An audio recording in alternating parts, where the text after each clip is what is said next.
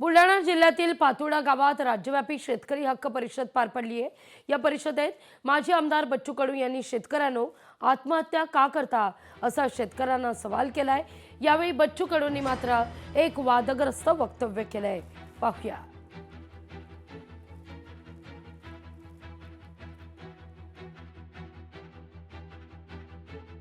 तुमच्यापेक्षा तर बैल बरा आहे,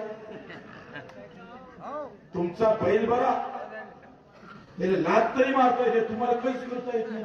मी बरेच जणांना विचारतोय, पुरा महाराष्ट्रावर फिरलोय, अरे जर आपला कापूस 3000 विका लागला तर काय कराल तुम्ही? सगळे शांत आत्महत्या करून लागा गांडू धंदा लावले।